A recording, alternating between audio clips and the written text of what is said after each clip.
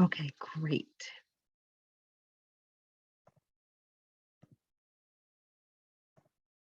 Okay, so the majority of this presentation, it'll be full screen, okay? So welcome again. Thank you so much for taking your time out to join us. I just really love to start off with a quote. And this quote is by Dr. Maya Angelou. The need for change bulldozed a road right down the center of my mind. I'm going to read that again. The need for change bulldozed a road down the center of my mind. So if you are watching this and there is no need for change, if everything is just the way it needs to be, then this presentation may not be for you. But if you see that there needs to be a change, it has to begin somewhere. It has to begin somewhere. Not that I am completely against public school education, because I was public school educated and I I had some of the best teachers a person could have. But today things are a little more challenging. We still have dedicated teachers, don't get me wrong. And if that change does not apply to you, then good for you. But some of us are at a place where there has to be a change. And it must, that need must bulldoze a road right down the center of our mind. All right. So I just want to welcome you guys on tonight. Let's move on. A little about AEI. So I am Mrs. Hooper, and I have a specialist degree in special education. I've been teaching for 10 years. I've taught gen ed and special education. Mr. Bobby Jackson, he has his bachelor's degree and he's a licensed teacher as well. So in a nutshell, we are the two that runs this beautiful operation. What services do we offer?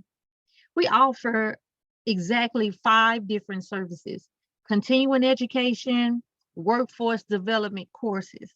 So we offer courses to adults. We have about 20 courses that we offer to adults. We offer tutoring and virtual maintenance courses.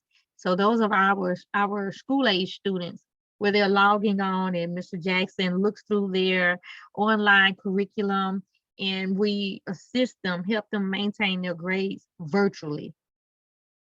So this presentation is about our K through 12 Academy.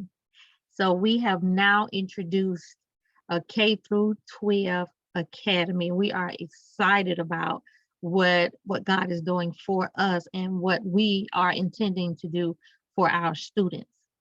We have community development. We've been doing that since 2017, where we do married couple gathering, where we're doing counseling for family. And so that's just another incentive that we are involved in doing. And last but not least, our educational supply store. On our website, we have a store where we sell things that's needed for education, mostly where a physical therapist and an occupational therapist could utilize some of those supplies. Feel free to check out our store. It's directly connected to the website. Homeschool versus public school. So we'll jump right in. Please feel free, it's just a few of us on here now, to unmute and ask the question. You do not have to turn your camera on. If you don't want to, that's fine, but we want to answer every question that you have. So homeschool versus public school. What does that mean? So we'll start off with the types of schools. Private school first. Private schools are schools that are privately owned, funded without the assistance of local, state, or federal governments. Private schools rely on tuition generated revenue to operate. Elementary, middle, and secondary schools can be private, as can colleges and universities. Students pay tuition to attend. In a nutshell, there is no difference between homeschool and private school, except you're at home with a homeschool. There are no requirements for vaccinations. There are no requirements for certification, although with our school, both of us are certified. I mean, the state of Mississippi certified. But there are no requirements if you are at a private school for certification. There are no requirements. And there are, of course, there are no requirements for homeschool because traditionally the parent will be facilitating that that learning experience, okay? Charter school. What is a charter school? Charter schools are independently operated public schools. That's the difference. They are independently operated public schools, usually a nonprofit organization, government agency, or a university, but not always. If you've gone through the process to run your own public school, it holds them accountable to the high standard outlined in their charter. So there are still standards, there are still agreements, there are still expectations that the state has put in place, and those requirements are still upon the students. Requirements to pass tests, requirements to score within a certain range, it's still in place. So if you have a third grade scholar and they are attending a charter school, they will still be required to pass that third grade gate. Okay. Facts. So now we're going to really dig into what does homeschool look like? What does private school look like? Because they're both on the same playing field, except you're at home with your parents, okay? National Education Research Institute, led by Dr. Brian D. Ray, who has been analyzing data on homeschooling for over 30 years. So the National Home Education Research Institute, okay? So they calculate that there were 3.1 million, that's a big number, 3.1 million school-age children homeschooled last year in the United States. With each passing year, that number and the success rate of schooling continues to grow. So this is where you may have a parent that has collected all the children in the neighborhood and they actually take turns schooling the children, or there's one parent at home that's teaching the child. Homeschool students score above average on achievement tests, regardless of their parents' level of formal education or their family's household income. Homeschool works. Small environments where students learn, it works, according to this data. The College Board reports. Now, this is our ACT. So we do understand that even if you're at a private school or if you're at a home school, your standardized test is your ACT. So that's the score that you would submit to colleges in addition to your transcripts. Mean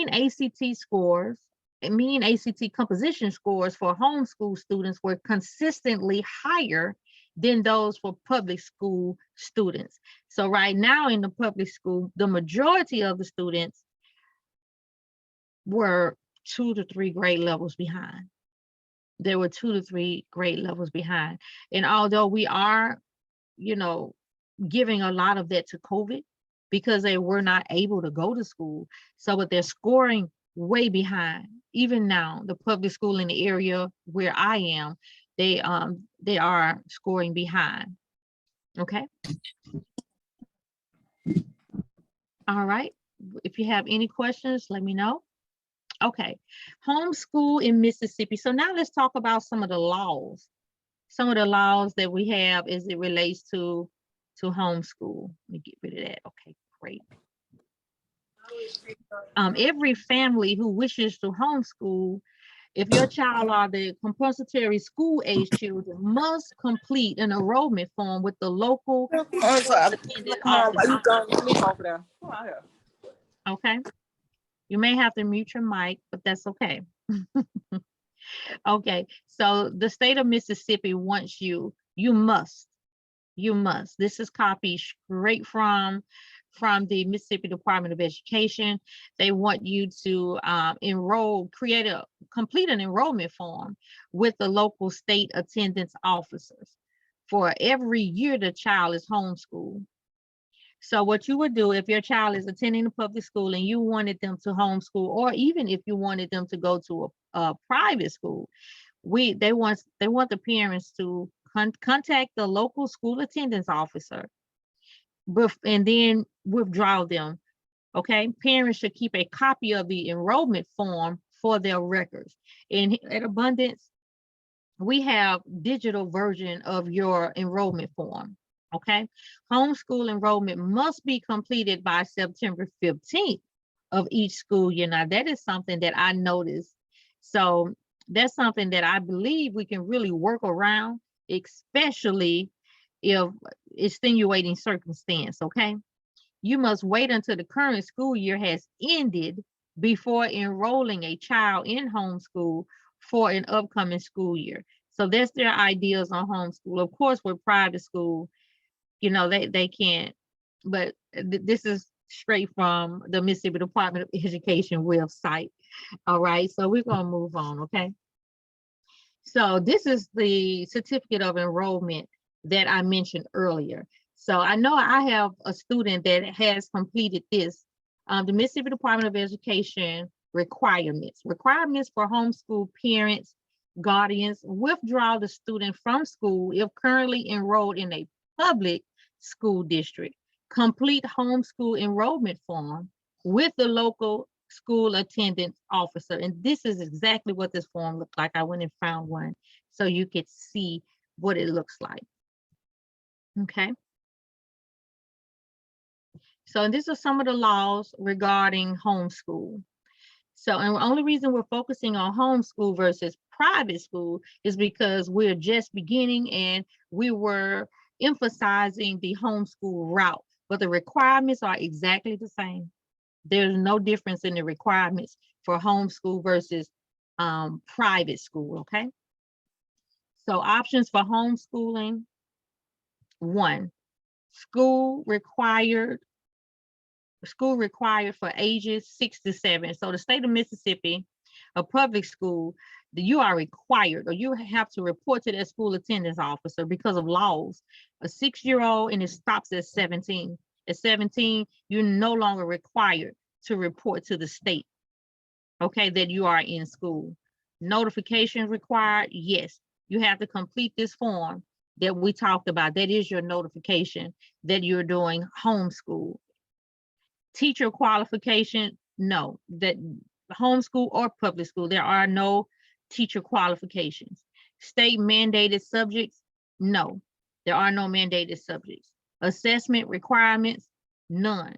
At a private school, they are not required to do those assessments either. And of course, homeschool, they are not required to do those assignments either. And that's the same way when it comes down to our immunization. You're not required to have any of those, only at the public school, okay? All right, so we are running through these slides really, really quick. So I just wanted to share as it relates to special education and the provisions for Mississippi. And we're still talking about private and homeschool, okay? So let's go into this link. And it tells us here, if you are homeschooling a child with special needs, you need to follow your state's homeschool regulations. There are no additional requirements for homeschooling children with special needs. A home instruction program in Mississippi is a type of non-public school, not a private school. So the state is not obligated to share IDEA funds with homeschoolers, okay? So the difference is there are provisions that can be made when you're doing a private school. There are provisions, but when you're homeschooled, there are no provisions. And what I mean by that, there are vouchers that they have available for individuals with a child that has special needs. You can apply for the vouchers, and there are 2 types of vouchers. One of the vouchers is, I actually have it before me, but there's a voucher and a grant. It's the ESA voucher. So that is a voucher that it could be made available for individuals with students with special needs. And then there's a grant that the state of Mississippi offers for individuals with special need children, but it only applies to a private school. But in a homeschool environment, you don't get any of that. Okay. All right. What is accreditation?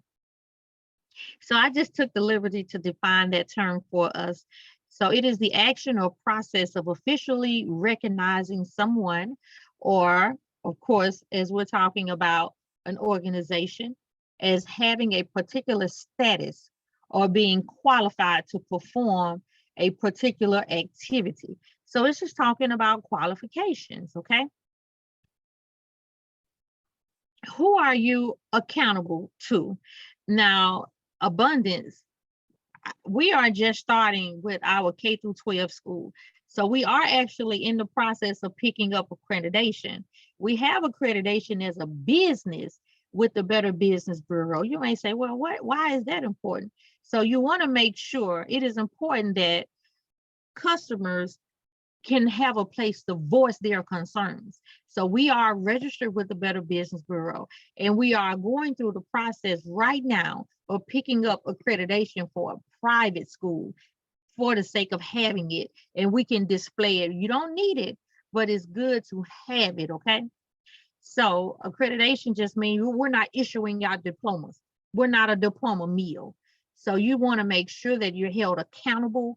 You're in a position where somebody can come to you and let you know, hey, there was a report on you, and this is the complaint that the consumer had. So our business here, Abundance Educational Institute, we are accredited with the Better Business Bureau. Okay. Payments. So I am going to go in right now, and I'm going to stop the record. One moment.